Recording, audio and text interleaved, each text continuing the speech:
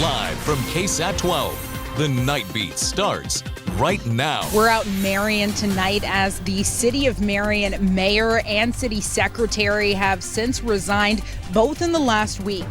What we know coming up on the Nightbeat. One of the most dangerous streets in all of San Antonio, Caleba Road. That's according to the District 6 councilwoman. Tonight on the Nightbeat, we hear from her as she's helped secure $8 million in federal funding to transform the road, and also from those who live in the area. It's like a scene straight out of Jaws. Several people attacked by a shark on the Texas Gulf Coast. We'll take a look at the aftermath.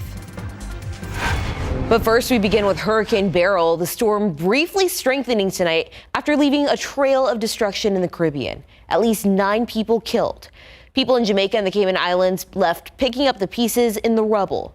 Tonight, Beryl is approaching Mexico, and Mia, people here in San Antonio are wondering what's the latest on how this could impact us here at home. Yeah, absolutely. We're going to be keeping very close eyes on this storm through the upcoming weekend. For us here locally, confidence is increasing that we at least will see some times of tropical rain associated with this system move in early next week, specifically through the Monday through Thursday timeframe. Here's the brand new update in from the National Hurricane Center, finding that Beryl has strengthened back into a Category 3 major hurricane on its approach to the Yucatan Peninsula. It is expected to make landfall there tomorrow morning, weakening as it interacts with the landmass and tracks westward throughout the day tomorrow. Then the system is expected to reemerge into the Gulf of Mexico this weekend, take more of a northwestward track, potentially thanks to the warm waters in the Gulf of Mexico, strengthen back into a Category 1 hurricane before making landfall right now near the deep South Texas, northern Mexico border Monday morning. After that, it is expected to quickly weaken and could potentially ride right up the Rio Grande. That's something that we're also going to need to fine tune over the next couple of days. So for us here at home, confidence is increasing for rain chances next week. We will need to monitor that exact path. That's ultimately going to determine our rain chances here locally. Also, if we need to monitor for some times of gusty winds briefly with that next Monday. Over the next 36 hours, we're really going to get a clearer picture of where this system is expected to go as it approaches South Texas. We need it to emerge into the Gulf of Mexico for that. So we'll talk a little bit more about that in-depth forecast coming up a little bit later on. Daniela. All right, thanks, Mia. Well, we have to remind you, if you're shooting off your own fireworks tonight, it could come with a hefty fine depending on where you live. The use of fireworks in the city of San Antonio is illegal and could carry a fine of up to $2,000 for anyone who gets caught using them inside city limits. And as for the 4th of July, as it starts to come to a close, we've got some best practices for you on what to do once you're done lighting up the sky. Just search for this video on our website, KSAT.com. Started swimming towards him, and then he jumped up out of the water saying, "Shark, shark, shark." It was supposed to be a fun 4th of July on the beach at South Padre Island. Instead, it ended up playing out like a nightmare scenario. 4 beachgoers attacked by a shark. Here's some newly released video from its aerial video from Texas DPS showing that shark. You can see it there swimming through the water. All 4 people were likely attacked by the same shark. That's according to the Texas game warden captain. In South Padre Island, police say this all started around 11 this morning. Police officers and fire crews treated the victims, and tonight we know one man had a severe bite to the leg. At least one other person was bitten, one was grazed, and another was injured while trying to fend off the shark. Tonight, Cameron County Judge Eddie Trevino Jr. released a statement saying in part, quote, "This is a horrendous event. The county will continue to provide all resources needed to keep our families protected to the best of our abilities," end quote. As for the shark, the game warden captain says it escaped back into open water. Right now, there are no plans to try and catch it. And in light of these events that played out in South Padre Island today, we want to hear from you. So if you had plans to go to the Texas Coastal Bend this weekend, does this make you think twice about your beach trip? You can vote right now by going to ksat.com/poll, or you can scan that QR code on your screen right now. We're going to take a look at your answers tomorrow on GMSA starting at 5 a.m. Right back here at home, a man is fighting for his life after he was found with gunshot wounds on the city's east side. That man in his 20s was driven to an area near Mittman and Gibbs Streets. San Antonio police say he was shot in the chest and arm at a different location. He was taken to the hospital, and at the last check, he was in critical condition. Right now, San Antonio police is trying to figure out who shot him and why. A violent scene playing out overnight in an East Side neighborhood. 3 people now recovering from a round of gunfire. It happened at 2:30 this morning near Piedmont and Vanderbilt. San Antonio police say a group of people who had been firing shots made their way into an alley and shot a 17-year-old and 2 men in their 30s. The 3 people who were shot are in the hospital tonight. We also know SAPD took as many as 4 people into custody after the shooting. Right now, we don't know if any of those people are going to face charges. We have some sad news out of USAA. Tonight, the community is saying goodbye to former company CEO Joe Robles. He passed away tonight at the age of 78. Current president and CEO Wayne Peacock released a statement tonight saying in part, quote, Joe's visionary leadership and commitment to serving others had a tremendous impact on our country, our teammates at USA, and our members. He was a soldier at his core, end quote. Peacock also said, quote, his legacy continues through the service we provide every day. Our thoughts and prayers are with Patty and their children during this difficult time, end quote. It's been described as one of the most dangerous roads here in San Antonio. Now the city is getting some help from the U.S. government to improve Culebra Road. The $8 million grant will be used specifically for the stretch between General McMullen and Loop 410. The 19's John Paul Barajas looked into how the city plans to spend that money. There's between an estimated 50,000 drivers and 20,000 non-motorists who use Culebra Road every day. City traffic studies prove it's a busy thoroughfare, but some worry that's a dangerous combination. Seeing sirens and ambulances, you know that somebody's been injured on this street, you know, constantly hearing, I live 2 blocks away and you can just constantly hear the fire trucks. District 6 Councilwoman Melissa Cabello-Haverda agrees. Culebra Road is a large artery in San Antonio, and it's terribly unsafe. 16 fatalities in the last several years and 600 very serious injuries. So that's a lot of San Antonians, and we're trying to protect all our city. But she hopes an $8 million federal grant will help with that. The money from the Rebuilding American Infrastructure with Sustainability and Equity, or RAISE grant program, will be used to make improvements along Culebra Road from Loop 410 to General McMullen. We have an opportunity here to be bold and creative and not just repair a road, but reimagine it. Now the city wants to know what stakeholders, those who use Culebra, want to see.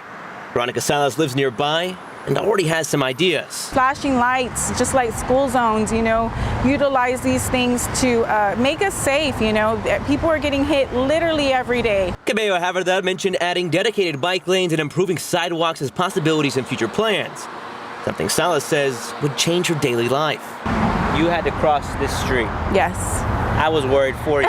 Yes. Is that something you do on a regular basis? I do, yes, and I do use the protected light and the signal. Unfortunately, the time on this light right here, you have about 10 seconds to make it from one spot to another. So what's next? The councilwoman says community input meetings will be held before a construction timeline is set, but adds she's excited for the future. It's a big investment into Culebra, and so I think other organizations and their funding organizations, or even the state, might say, okay, well, if we have this $8 million in federal funding, maybe we can offer some funds to leverage that to make it more impactful. John Paul Barajas, KSAT 12 News.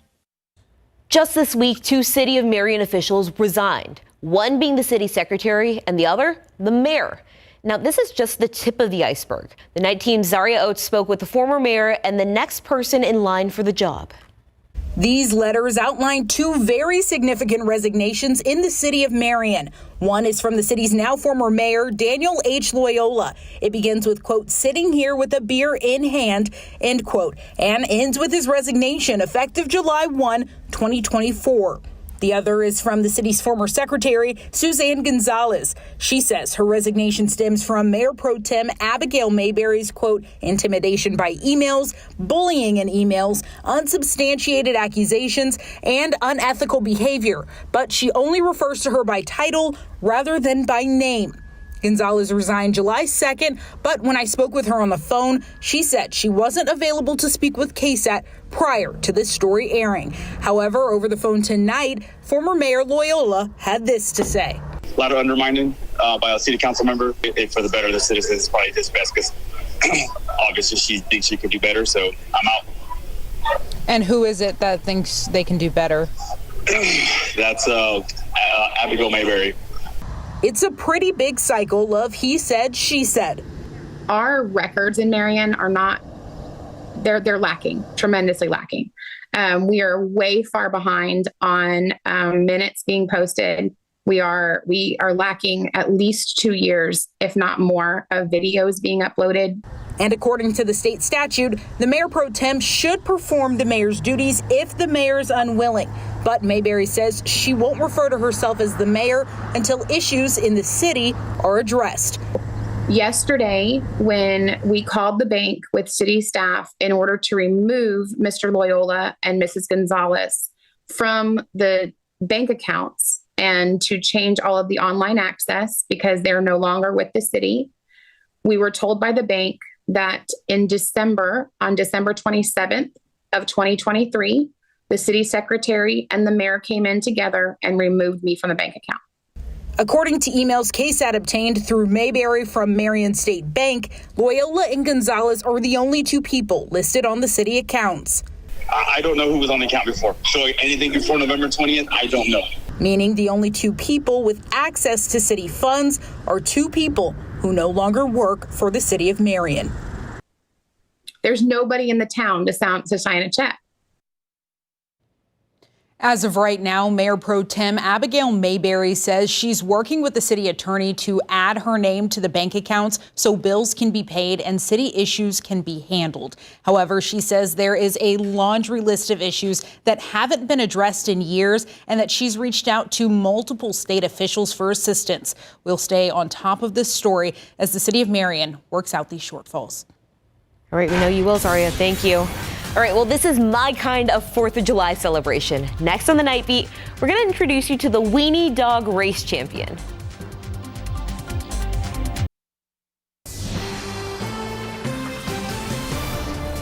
The crowds came out for the Alamo Beer Company Independence Day Wiener Dog Race.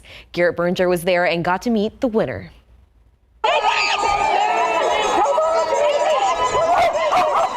Forget Nathan's, the real hot dogs this 4th of July are racing in the Weenie Dog races at Alamo Beer. The brewery is celebrating both the holiday and the release of a new beer, Badger Hound. Nothing is more on brand for the 4th of July than a hot dog.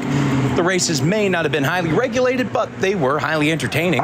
11 dogs racing in 3 heats with a 4th heat for the final.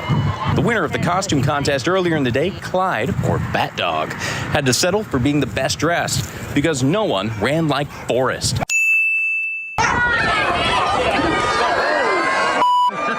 Who, from our pre-race conversation with his owner, sounded like a bit of a ringer. He's 1 year old. He ever raced before? Yes, sir.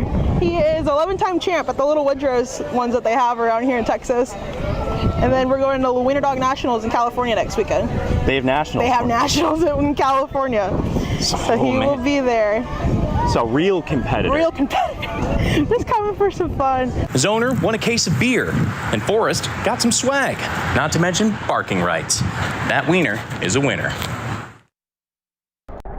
That is incredible. They're so cute. I know, it was so cute. So I have a Chiweenie, so she's part weenie. She's 50% actually, if you're wondering. But she's not that smart to like do that and know to come to me. She'll just like stand there and like glare. But she's just as equally cute. Yes, of course. If not more, right? I mean, I think so. I think she's the cutest dog on the planet. We love Markle. She's adorable. Well, hey, speaking of pets, I know that a lot of pets get a little scared of fireworks with a lot of that happening this evening and tonight. So just double check on all of your pets. Make sure that they are staying safe as well.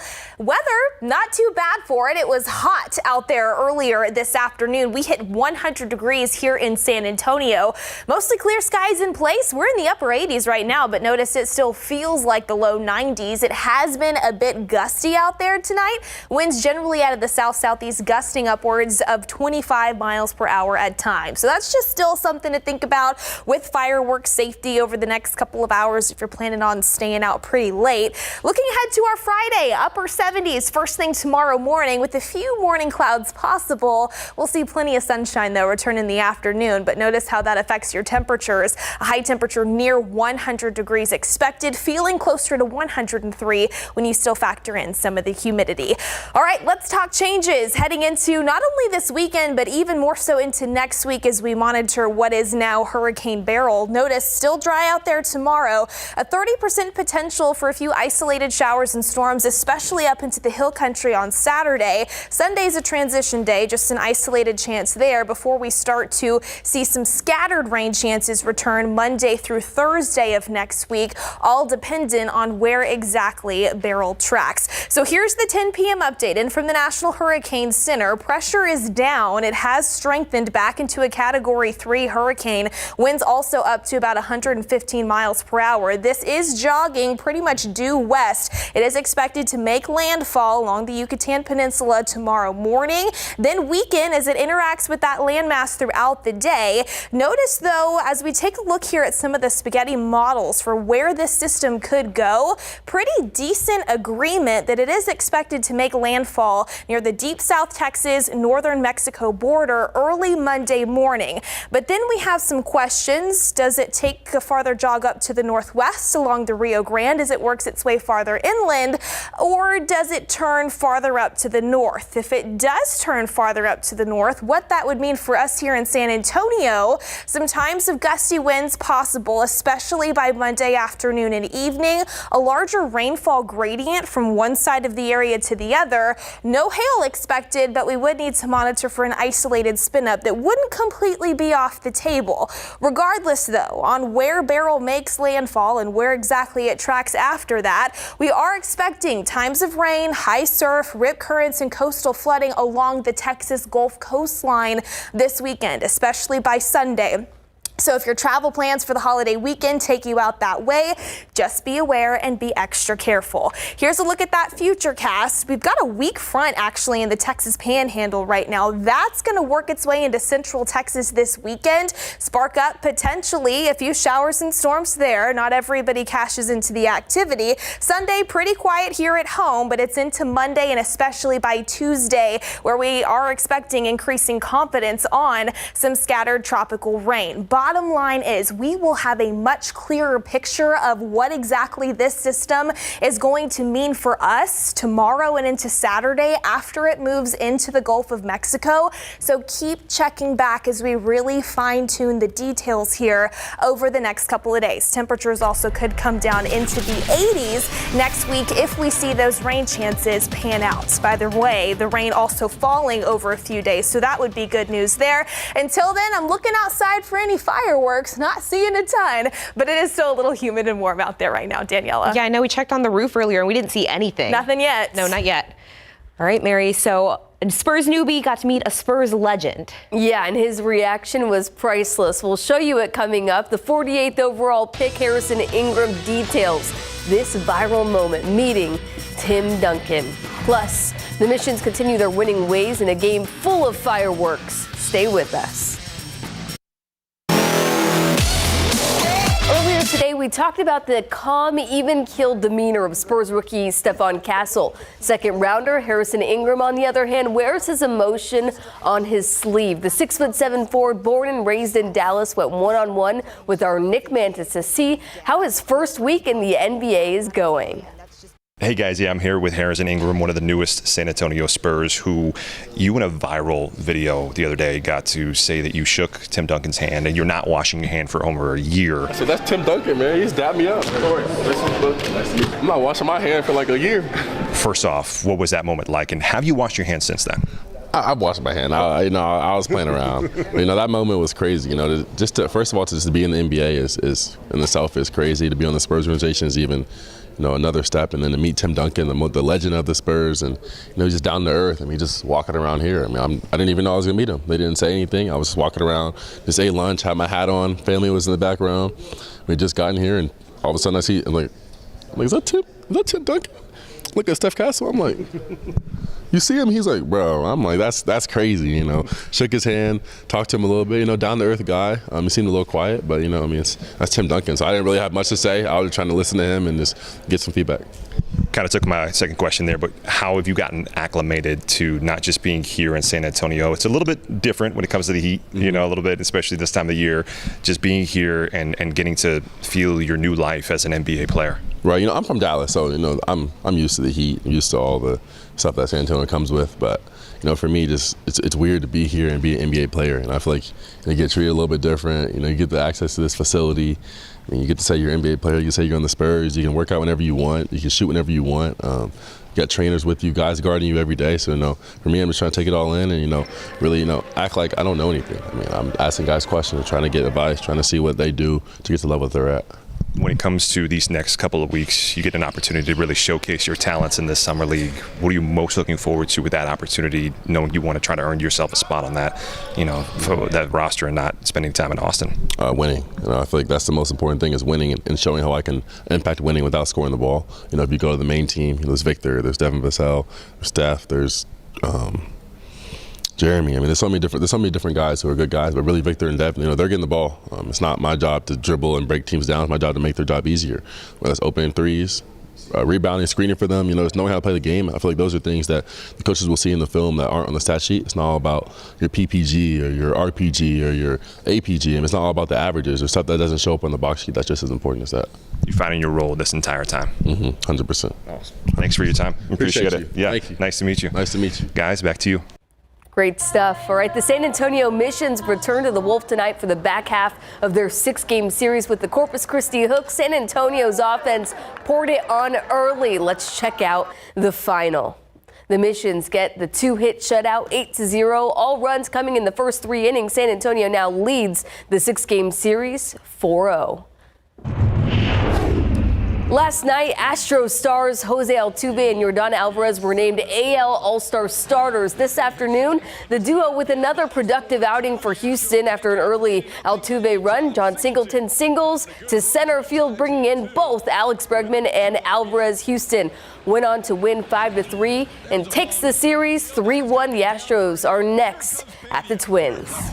The Rangers have no All-Star starters this year after having 5 in 2023. Here's the rubber match between Texas and San Diego, bottom of the 6th. Rangers down 0-2 when rookie sensation Wyatt Langford hits a single in the left field to score Corey Seager. That's all Texas would score, though, as they fall 3-1 to the Padres. Next up, the Rays.